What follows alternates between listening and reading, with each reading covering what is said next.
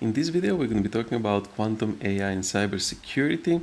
Most of the researchers and most of the research papers that I have seen, they look at quantum in isolation and AI in isolation because it's very difficult to contribute to knowledge even in one of those fields. And everybody is very excited about AI at this present moment. But the combination of quantum computing and artificial intelligence, it's what drives the biggest risks for cybersecurity, and this is going to define how we see cybersecurity in the next 5, 10, 15 years. If you think about what technologies would emerge after AI, everybody's talking about AI now. 10 years ago, everybody was talking about blockchain. Blockchain is old technology by now. I mean, 2009, it was when Satoshi Nakamoto created Bitcoin. Bitcoin is combination, and all the cryptocurrencies are combination of databases and cryptography. Now, some blockchains are resistant to quantum computing, not all of them, and quite a lot of digital wallets would be vulnerable to quantum computing. So once we have a quantum computer, that means that somebody could literally steal all the money from your wallet. And that's why we are looking at quantum risks at this present moment, and we're going to talk about that in this video, in the next few videos. But my interest in this topic is that I haven't seen much research happening in the combination of the two fields. So that's why I created this course. This is going to happen with Pearsons and O'Reilly. It's on the 2nd of September. They still have some slots available. Most organizations, most large companies and universities have subscription in their digital library to Pearsons and O'Reilly. If you're interested in the topic, you can sign up on this and watch it on 2nd of September. I also have a different topic on agentic AI and cybersecurity risks, because agentic AI is also one of those hot topics at the moment. So that video would be recorded on October the 10th. It's going to be 4 hours on agentic AI and cybersecurity. So if you're interested in that topic, in that 4 hours, you're going to learn everything that you need to learn. I also have another video which is on September the 15th. That's in few weeks time, on all the different AI attack types. So I'm going to be looking at the top 10 most critical threats. So that's the work that I'm doing with Pearsons and O'Reilly. I'm going to close those windows. I also teach with the Swiss Cyber Institute. So if you are in Zurich, you can attend that conference. It's on the 17th of September in Zurich. But for this specific recording, I'm going to be talking about quantum AI and cybersecurity.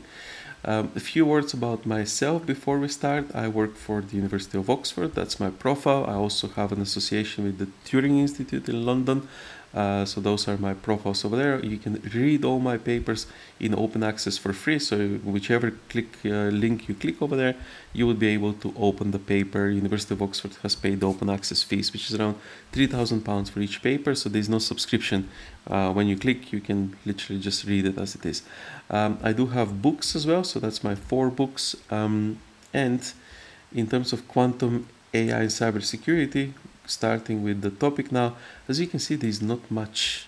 This is all the reports that you can find on Google if you type quantum AI, and my course here, it's the fourth link. So there's very little. So as you can see here, there's a IBN, but that's artificial intelligence and cybersecurity. It's not quantum computing, artificial intelligence and cybersecurity.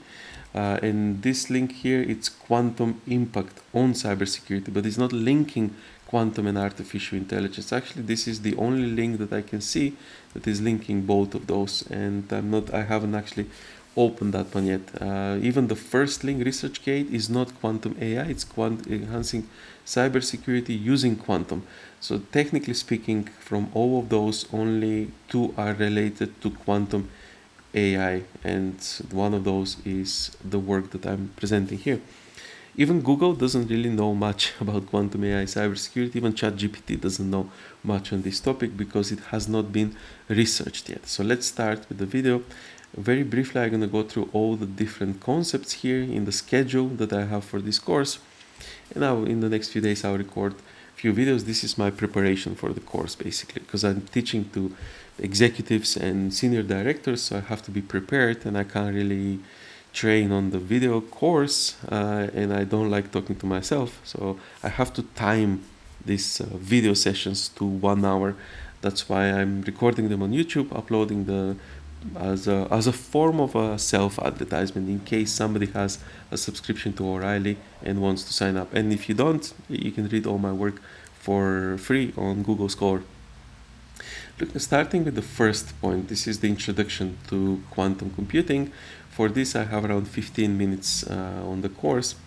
The basics of quantum mechanics and quantum computing principle. Quantum mechanics, it's a very difficult subject to present. People spend their entire lifetime and they still don't understand it, and I'm not certain if I understand it completely. But quantum mechanics, if you think about the theory of relativity, when the universe is constantly expanding, quantum mechanics is the opposite. Everything is in the smaller.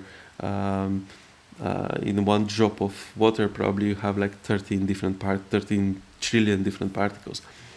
How does quantum computing principle apply to artificial intelligence and cybersecurity? Quantum computing, it's still based on zeros and one, and computing languages are based on zeros and one.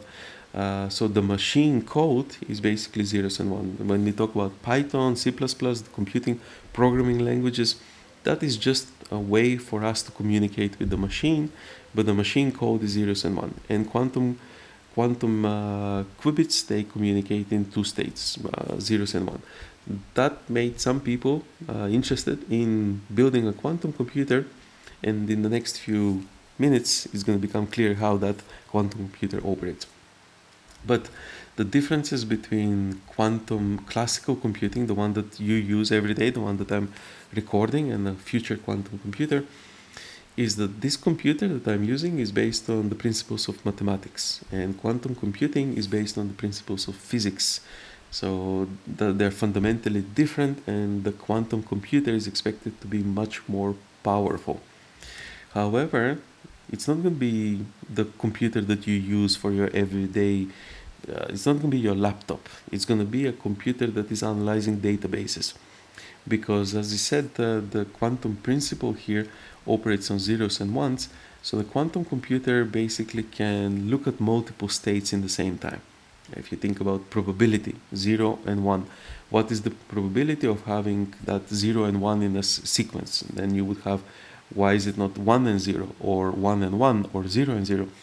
Well, with a mathematical computer, it's looking at all the different possibilities one by one. With a quantum computer, it can run that and look at the possibilities in the same time. That's why it's so much faster. That's why it's so much stronger, because it can perform tasks simultaneously. To explain that differently, imagine that you have a qubit. Imagine particles. Einstein called this the spooky action in the distance.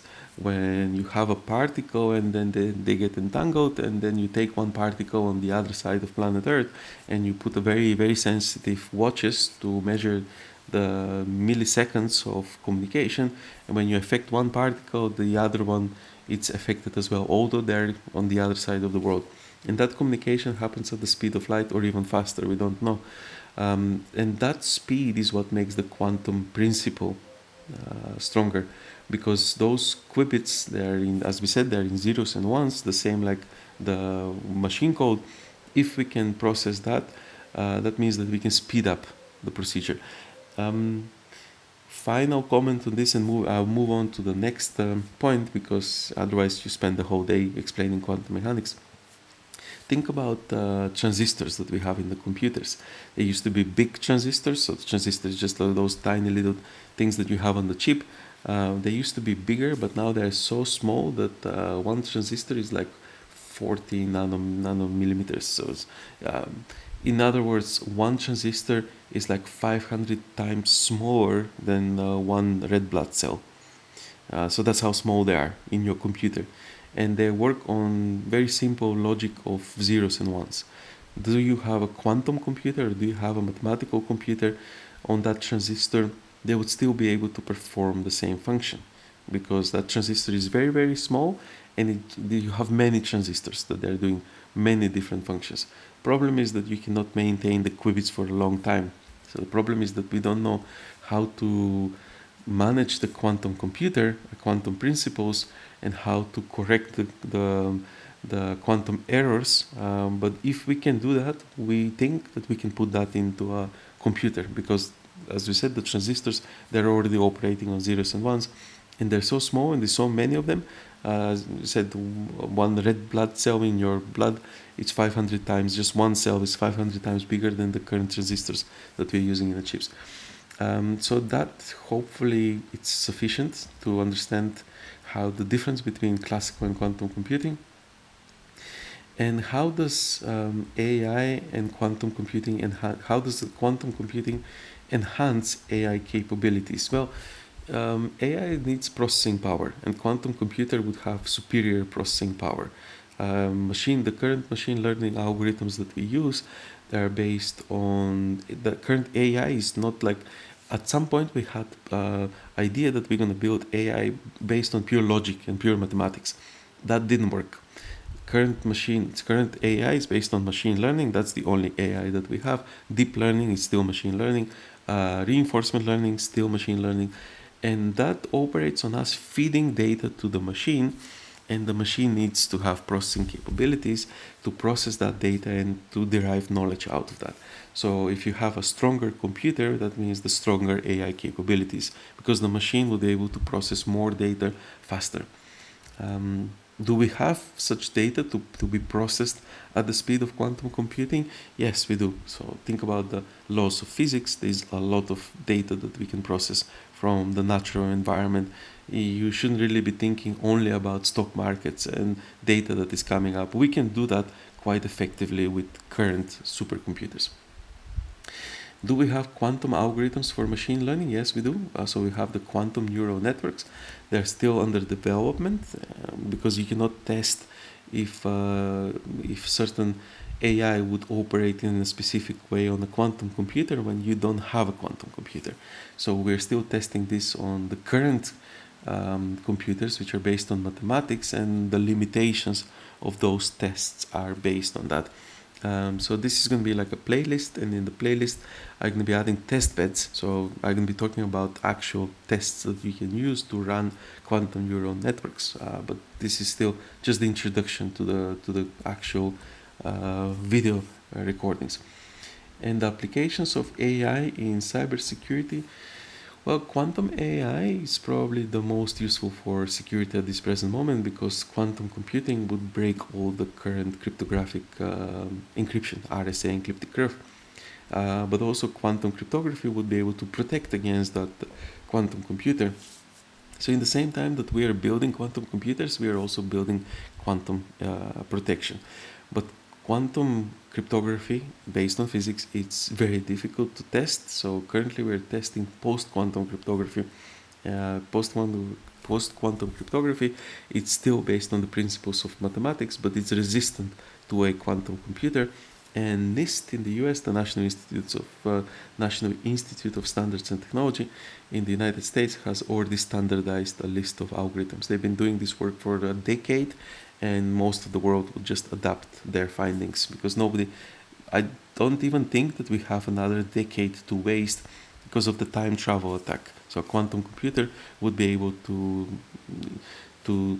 well, if you're an adversary, you're storing the files today of stock market, of data that would be valuable tomorrow, of your blockchain and Bitcoin wallets, and then once you have a quantum computer, you can break them and steal all the money. That's called time travel attack, because you're storing the data today and you're going to break them in the future. Understanding how quantum computing could break current cryptographic methods. Shor algorithm. For that, on this course, we're going to be talking about Peter Shor. Shor algorithm was developed. Actually, Peter Shor is still alive. He works for MIT. He's only 62 years old. But he's a brilliant cryptographer, and he developed an algorithm to say that quantum computer would be able to break RSA and ecliptic curve cryptography extremely easy. So that's what we're going to be talking in terms of how quantum computer would break cryptographic methods. Post-quantum cryptography, we already said NIST has developed those, so we're going to look at those. They're US standards, but most of those algorithms are developed as a collaboration across Europe, US, India, and other countries. So it's not only US that is developing, but US has paid for the effort, basically, because nobody else was doing it, and they had to cash in and organize that competition. Everything is expense at the end of the day, so most people don't realize this, and they start politicizing cryptography and various different solutions. Actually, in terms of the US, the way that Europe and everybody sees it, you have to invest money into identifying those quantum algorithms, and US has already done that. They spent 10 years, that's a lot of money, identifying the most suitable algorithms, and although some of them are developed in Europe and India, they are tested and verified in the United States. So finally now we are getting a grip to the fact that somebody has done the world a favor by testing those algorithms, and we can just adopt them, as opposed to politicizing and trying to reinvent the wheel and start another 10 years of selection of algorithms, which are actually developed in Europe. So European and UK approach to selecting those algorithms doesn't actually make much sense. US has already done it, and we are free riding. Europe is free riding now on this. Um, how can quantum AI be used for advanced threat detection and response? Well, we're going to be talking. That is one of the interesting parts of quantum AI applications. Well, basically, quantum would speed up the pattern recognition process. And how do we detect patterns? Is we look at how we do we detect cyber attacks? We look at specific patterns. Currently, because of AI, we have something called polymorphic malware, when malware is changed every time that it attacks, and that makes it very difficult to trace. With a quantum AI, we would be able to detect that quite easy, actually, if we have a quantum computer. So, moving on, what else would I be talking in this video playlist? So hopefully I will get you to subscribe to the YouTube channels, so you would be interested in watching the future videos that I'm going to be recording, because I won't be able to record. If you record one session, everything in one session is going to end up being 4 or 5 hours. People just won't really watch that. People, if it's longer than 5 minutes, even that's a challenge. But I will have, for example, a specific video on implementing quantum resistant cryptography, a separate video on quantum safe AI cybersecurity, practical implications. So here I'm going to be talking about blockchain and quantum resistant frameworks, and I'm going to be talking about future proofing systems. And again, this is all part of the course with Pearsons and O'Reilly, which is happening on the 2nd of September. If you have a subscription, you can sign up and you would be able to watch it, because these videos I will do the training today, and the next 2-3 days, but then the videos will be released slowly, one by one, in the YouTube channel over time. If I release 20 different videos in the same time, that would also overwhelm. The YouTube algorithm doesn't work that way. YouTube algorithm is designed to work more like a newsfeed, that you get something every day, as opposed to uploading 20 things in the same time, and then YouTube won't promote it. It's just how YouTube works. So you need to subscribe, and then you're going to get one notification every day or every few days of different topics. So looking at the first one, implementing quantum resistant security solution. Well, the best practices for quantum resistant cryptography are the NIST algorithms that we said. So the NIST post-quantum cryptography standards are already standardized and tested. How they did the standardization is that they invited all the different cryptographers from the world, and they had like more than 60 algorithms to test, and then they invited Google, Amazon Web Services, Cisco, and they asked them if this would be an approach that they would be able to implement in their technology stack. And if it was non-implementable, if it was too slow, those were taken out, because you have to continue operations on your system. So if you have the most secure algorithm, doesn't mean that it's the best algorithm if you cannot operate at speed. So you need to have speed and efficiency. So those are the principles for securing digital identities with quantum safe methods. In blockchain, for example, we need to fork many of the blockchains. It's going to be very difficult for Bitcoin, because forking Bitcoin would mean that many of the old wallets that they don't belong to anybody would be lost. And if you fork them, then how would those wallets be able to confirm ownership in the future? Basically, once you have a quantum computer, everything that is in the old wallet would be vulnerable. You would have to erase them. or somebody would have to show up on that day that you're shifting, or within a week or a month, to say, okay, that is me, I confirm this with a smart contract, I sign this with a digital signature, transfer my old Bitcoin into my new Bitcoin wallet. That's how you would transfer them into a quantum safe. But if that person is dead, or Satoshi, for example, has not shifted any of his crypto since 2009, 2010, when he left, um, maybe he's still alive. So if you erase all that, or if you give him a chance to shift it, and it's only 1 month period, and if he doesn't shift it, then you have to stop that process, because somebody with a quantum computer would be able to break his wallet and claim that he's Satoshi, and then start spending his money. But if that person doesn't have to be Satoshi, could be you. If you're on a trip around the world and during that 5-6 months you don't notice and you don't transfer your Bitcoin, that's it, they're gone. So these various different complications why this forking is difficult, but one way to secure it is to basically create a completely different quantum chain and do fork, shift everything to that, and then the old ones would be obsolete from that point onwards. In terms of quantum safe AI in cybersecurity applications, in that I'm going to be looking at AI-driven systems for decentralized identity systems.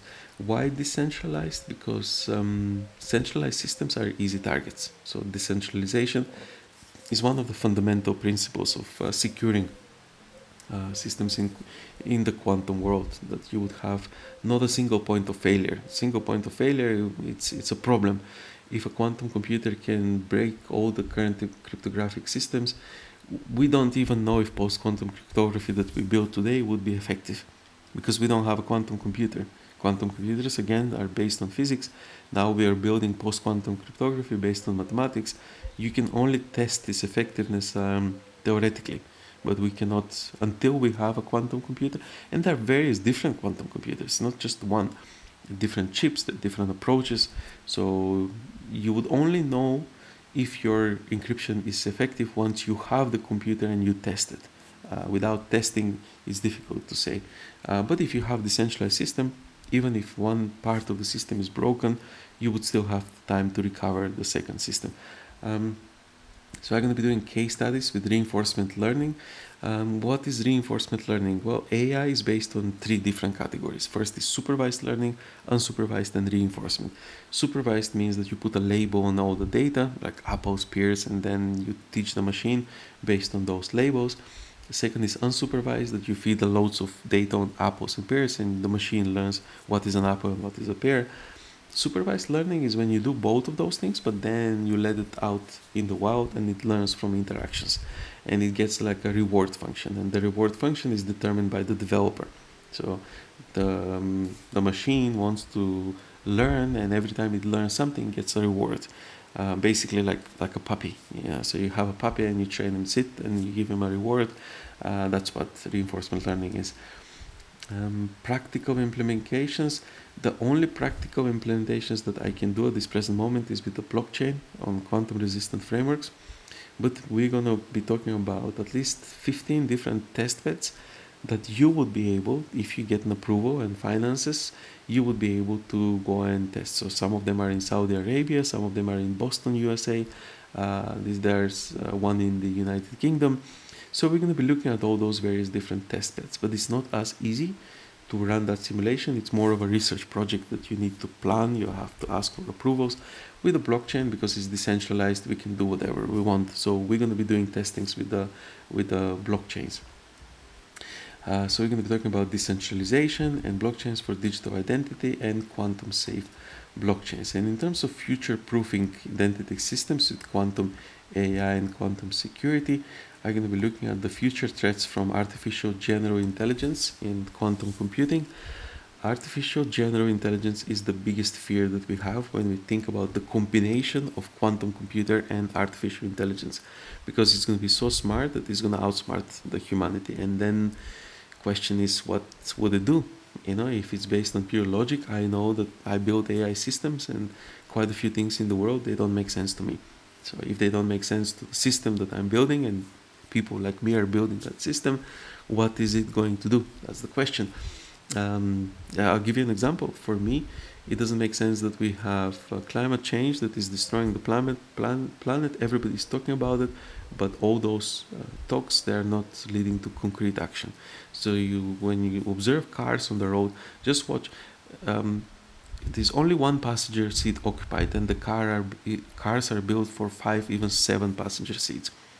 So it's not to blame the people that they're using those cars, but it's to blame the manufacturers and the standards. So if they're building car for one person or for 2 people, and if I need a car for one person, I'm gonna buy a car for one person. Why do we have to buy cars for 7 people?